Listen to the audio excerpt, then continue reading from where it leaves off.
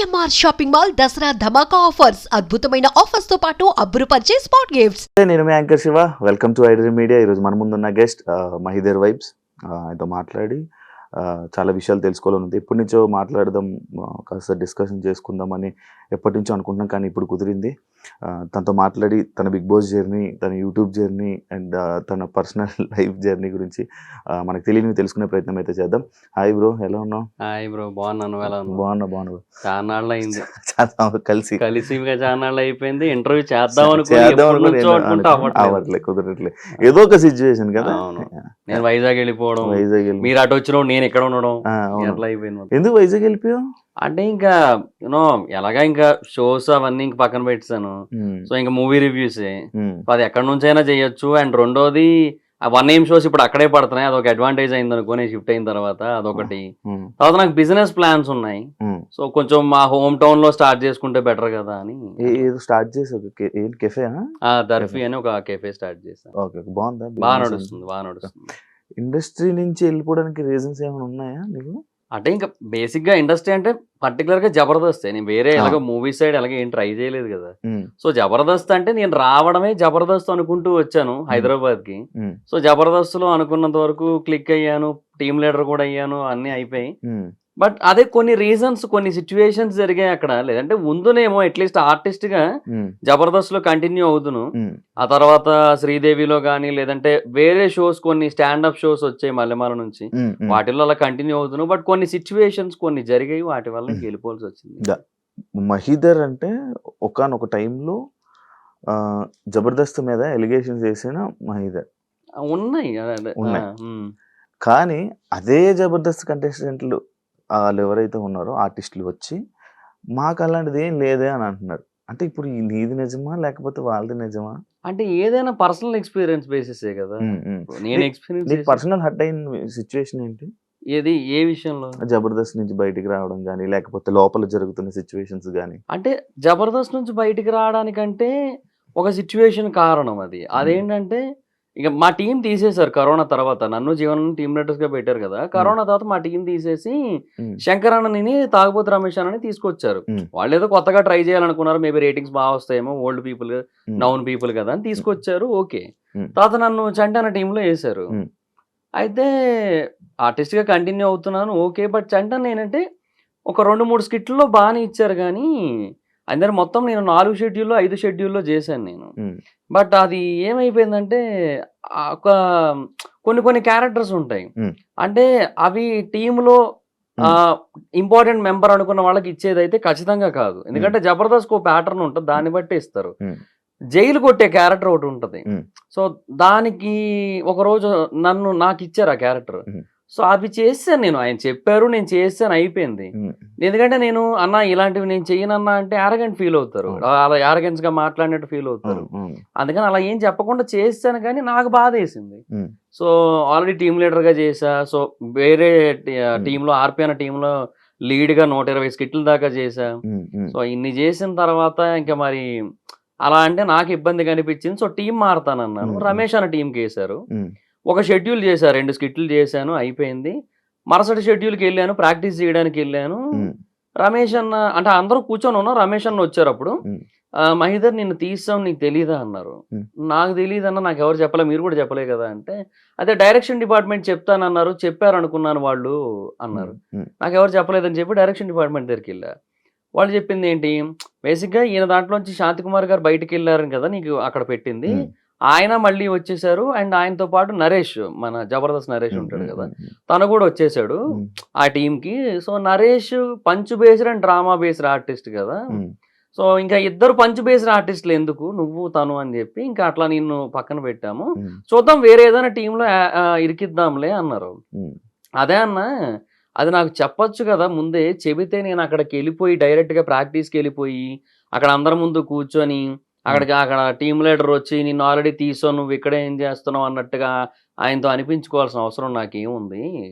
నేను ఇంట్లోనైనా ఉండును, మా ఫోన్లో మాట్లాడుకుని నెక్స్ట్ షెడ్యూల్కి వద్దును, ఈ షెడ్యూల్ రాకపోయినా ఏముంది చెప్పు, నెక్స్ట్ షెడ్యూల్కి వద్దును చెప్పాల్సిందే కదా అంటే, అదే నువ్వు అంత పెద్దగా ఏం ఫీల్ అవ్వవు కదా, పట్టించుకోవు కదా అని నీకు చెప్పలేదు అన్నారు.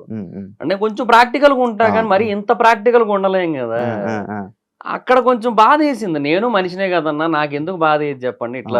ఇట్లా ఏమి ఒక ఇన్ఫర్మేషన్ లేకుండా ఏది చెప్పకుండా చేసేస్తానంటే, ఆ, పోనీ అక్కడ నాకు ముందు చెబితే నేను ఈరోజు రాకపోదును, వచ్చి అక్కడ అట్లా అనిపించుకోకపోదును కదా ఆ, అని ఆ మూమెంట్లో నాకు అనిపించింది. This is not my place ఇంకా ఎనీ మోర్ అని చెప్పి. ఓకే. ఇంకా అంతే, ఇంకా ఆ మూమెంట్లో వెళ్ళాను, కీర్తి గారి దగ్గరికి వెళ్ళాను.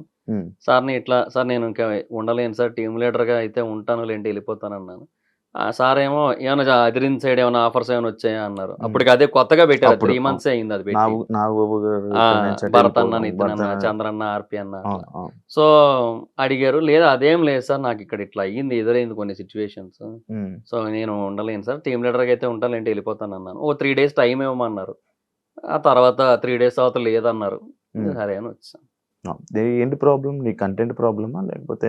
అంటే ఆల్రెడీ టీమ్ లీడర్స్ ఫిల్ అయిపోయి ఉన్నాయి స్లాట్స్. ఉమ్, ఇంకా ఒకవేళ నాకు ఇవ్వాలి అంటే ఇంకొకరితో టైఅప్ చేయాలి, కొలాబ్ చేయాలి ఇంకొకరు ఎవరో ఒకరితో, ఉమ్, ఉమ్, అలాగే చేయాలి. అదే ఆప్షన్ ఉంది. ఉమ్, ఆ ఆప్షన్ ఏమైనా ఇస్తారేమో అనుకున్నాను. బట్ వాళ్ళు ఏంటంటే ఆ టైంకి ఇంకొక టీమ్ లీడర్ని కొలాబ్ చేస్తే పేమెంట్స్ పెంచాలి కదా. ఉమ్, అవును. సో మళ్ళీ ఇప్పుడు ఎందుకంటే ఇద్దరు టీమ్ లీడర్స్ ఉంటే ఒక పేమెంట్, ముగ్గురు ఉంటే ఒక పేమెంట్ ఇవ్వాలి కదా, మ్యాండేటరీ అది. ఉమ్, ఉమ్. సో అందుకని ఇంకా వాళ్ళు కూడా కొంచెం ఆ టైంలో అంత ఇంట్రెస్ట్ చూపించలేదు. సో సో వెళ్ళిపోయావు. అయిపోయింది. జబర్దస్త్లో రాజకీయం నడుస్తుంది. లైక్ ఒక ఆర్టిస్ట్ ఇంకొకరితో లైక్ భజన చేయడం కానీ, లేకపోతే వాళ్ళ వెనక అది తిరుగుతూ ఉంటది ఉంటుందా? ఉంటది ఉంటుందా? పార్టీలు ఉంటాయి ఉమ్, ఊరికే. ఉమ్, ఇప్పుడు మేము టీమ్ లీడర్ అయ్యామా, ఉమ్, మేము టీమ్ లీడర్ అయిన తర్వాత మా జీవనన్న, అంటే నేను జీవనన్న కలిసి కదా టీము. ఉమ్, జీవనన్న వాళ్ళ అబ్బాయి బర్త్డే అని చెప్పి మొత్తం అందరినీ తీసుకెళ్లి పార్టీ ఇచ్చాడు ఇంటికి. ఉమ్, ఇంటికి తీసుకెళ్లి ఉమ్. పార్టీ అంటే తెలుసు కదా, కొంచెం అవును, మంచిగా అన్నీ ఉంటాయి, అవును. మటను, చికెను, ఆ. బాటిల్ ఆ, అన్నీ ఆ, ఉంటాయి. ఆ, అవి ఉన్నాయి. ఆ, అది ఏందో అన్నెసెసరీ కదా, బట్ ఉమ్, అది ఎందుకంటే మంచి కోసం అంతే, ఉమ్, ఆ భజన కోసమే. ఉమ్, తర్వాత మళ్ళీ భోజనాలు పెట్టించాం. అదేంటి అందరూ పెట్టిస్తారు, టీమ్ లీడర్ అయిన ప్రతి ఒక్కరు ఒక షూటింగ్ రోజు భోజనం పెట్టిస్తారు, Hmm. Non veg.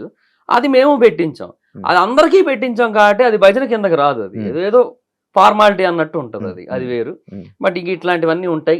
ఇది ఏదో మా జీవన దగ్గర నుంచి ఒకసారో 2 సార్లు జరిగింది. ఉమ్. బట్ ఇంక మిగతా వాళ్ళ దగ్గర నుంచి జరుగుతూనే ఉంటుంది మొత్తం. అప్పుడున్నంత ఇది మళ్ళీ ఇప్పుడు లేదు కదా. షో జబర్దస్త్ మొత్తం లేదు, తగ్గిపోయింది కదా, పడిపోయింది కదా. పడిపోయింది అంటే ఆ పాత వాళ్ళు అందరూ వెళ్ళిపోయారు కదా, అవును, అందరూ వెళ్ళిపోయారు bro. అవును. ఇంక ఇప్పుడు ఏం చూస్తారు అంటే, ఇంకొకటి టైమింగ్స్ కూడా ఈ టైంకే నువ్వు చూడాలి అంటే ఆడియన్స్ కూడా రెడీగా లేరు. అవును, ఆడియన్స్కి ఏంటంటే ఇప్పుడు ఆ ఫ్లెక్సిబిలిటీ కావాలనిపిస్తుంది. అవును, సో సోషల్ మీడియాలో, ఓటీటీలో, యూట్యూబ్లో అలా చూసుకోవడానికి ఇష్టపడుతున్నారు. అవును, అలా చూస్తే రేటింగ్లు రావుగా, అవును. అందుకే ఒక వీక్ లేట్గా టెలికాస్ట్ చేస్తున్నారు యూట్యూబ్లో అవును, చూసిన అవును, ఇప్పుడు. అవును, అవును. బట్ అయినా ఇంకా యూజ్ ఉండట్లా. అవును. అండ్ ఇంకోటి కామెడీ కూడా రిపీట్ అయిపోయిన ఫీలింగ్ Repeat. వచ్చేస్తుంది. మరి ఇప్పుడు మళ్ళీ లైక్ అంటే కొత్త మళ్ళీ పాత వాళ్ళని తీసుకుని వచ్చి మళ్ళీ అవును. కొత్తగా జబర్దస్త్ అనేది మళ్ళీ స్టార్ట్ చేసింది. నేను పిలవలే లేదు పిలవలే రియూనియన్ దాని మీద పిలవలేదు, రీయూనియన్ కూడా పిలవలేదు. దానికే పిలవలేదు, మళ్ళీ టీమ్ లీడర్ పిలుస్తారా? దాని మీద రివ్యూ కూడా చేసావు కదా, అలా ఉంటుందా అని. నేను ఒక వీడియో చేశా. అది ఎందుకు చేశానంటే, నాకు రాఘవ్ గారు ఫోన్ చేశారు. ఆ. ఫోన్ చేసి ఇట్లా మహేందర్ గారు బాగున్నారా అని జనరల్గా అప్పుడప్పుడు ఫోన్ చేస్తుంటారు. ఆయన రాఘవ్ గారు మంచి ఆయన. ఉమ్. ఆయన ఏదో పర్పస్ ఉంటేనో అని కాకుండా జనరల్గా కూడా ఫోన్ చేస్తారు. ఉమ్. చేశారు, ఇట్లాగా ఎలా ఉన్నారండి, ఏంటి బాగుందా మొత్తం అట్లా అని చెప్తున్నప్పుడు నేను అడిగా నార్మల్గా, ఏంటి సార్ ఇప్పుడు ప్రజెంట్ పరిస్థితి, ఏమైనా అప్డేట్స్ ఏంది, ఇప్పుడు అదే ఫ్లోనా లేంటే ఏమైనా మారుతుందా అంటే, లేదండి కొన్ని మార్పులు చేస్తున్నారు, ఉమ్. శ్రీపాద గారు మళ్ళీ వస్తున్నారు, ఇట్లా కొన్ని చేస్తున్నారు, పాత వాళ్ళని మళ్ళీ తీస్తున్నారు, ఇట్లా ఉంది అని చెప్పారనమాట. ఉమ్. ఫోన్లేండి అని చెప్పి నేను ఇంకా అదే టాపిక్ మీద ఒక వీడియో కూడా చేశాను నేను యాక్చువల్లీ. ఓకే. ఎప్పుడు వచ్చేసావు నువ్వు జబర్దస్త్కి? ఎందుకు వచ్చావు? నార్మల్గా యాక్టింగ్ ఫీల్డ్కి ఎందుకు వచ్చావు? అంటే జనరల్గా నేను జాబ్ 2016లో నేను ఫైజర్ అని ఒక ఫార్మా కంపెనీలో జాబ్ చేస్తూ ఉండేవాడిని. బాగానే చదివావు కదా. అంటే బానే అంటే డిప్లొమా వరకు చదివా, బట్ అప్పటి వరకు టాపరే, అవును. చదివినంత వరకు టాపరే, బాగానే చదివేవాడిని, మంచి మార్క్స్ ఉండేవి. బట్ మా ఫాదర్ నాకు డిప్లొమా సెకండ్ ఇయర్లో ఎక్స్పైర్ అయిపోయారు. ఉమ్. ఉమ్. అది 3.5 years కోర్స్, అది ఉమ్. శాండ్విచ్ కోర్స్ అంటారు. ఉమ్. సో శాండ్విచ్ కోర్సా? శాండ్విచ్, నాన్ శాండ్విచ్ అని ఉంటాయి అనమాట. ఆహా. Non sandwich 3 years, okay. Sandwich 3.5 years ఉంటాయి డిప్లొమాలో. ఓకే. సో అది ఎందుకు అన్నారో మాకు అర్థం కాదు. తర్వాత ఎవడో జోక్ గా చెప్పుకుంది ఏంటంటే, ఈ 3.5 years వాళ్ళకి ఇంకో 6 months వేస్ట్ అయిపోతాయి కదా, ఆ. ఆ 6 months శాండ్విచ్ అయిపోద్ది వాళ్ళకి, కాబట్టి అలా శాండ్విచ్ కోర్సులు అంటారని చెప్పి అట్లా జోకులు వేసుకునే వాళ్ళం. అయితే మెటలర్జీ నాది, ఆ. Diploma in metallurgy. Um. So చాలా టఫ్ అండ్ థియరిటికల్ సబ్జెక్ట్ అది. ఉమ్. దాంట్లో కూడా చాలా బాగా చదివేవాడిని, ఉమ్. అంతా బాగుండేది. బట్ మా ఫాదర్ ఎప్పుడైతే ఎక్స్పైర్ అయిపోయారో, ఉమ్. ఉమ్. మా మదర్ నన్ను 2.5 ఏళ్ళు చదివించడానికి చాలా ఇబ్బంది పడ్డారు. ఓకే. సో ఇంకా ఆ తర్వాత అంతకంటే అంటే కష్టం కదా. ఆ. సో దాని బేసిస్ మీద నేను జాబ్ కొట్టాను. ఉమ్. మా క్లాస్ నుంచి 7 8 మంది వెళ్ళాం, నాకు ఒక్కడికే జాబ్ వచ్చింది.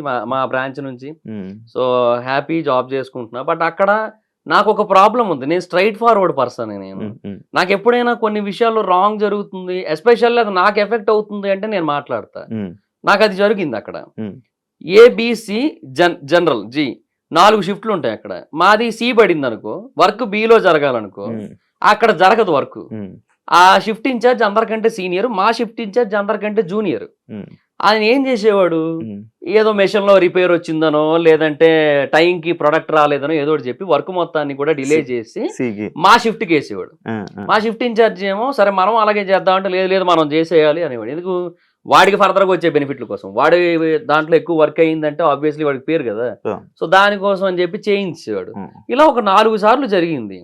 నాకు చిరాకేసింది చెప్తుంటేనేమో, మహిదర్ హమ్ చోటీ లోగేనా ఉస్కే సామ్నే, so we have to adjust అనేవాడు ప్రతిసారి కూడా. అంటే హిందీ, ఆయన తెలుగు రాదు. ఉమ్, ఉమ్,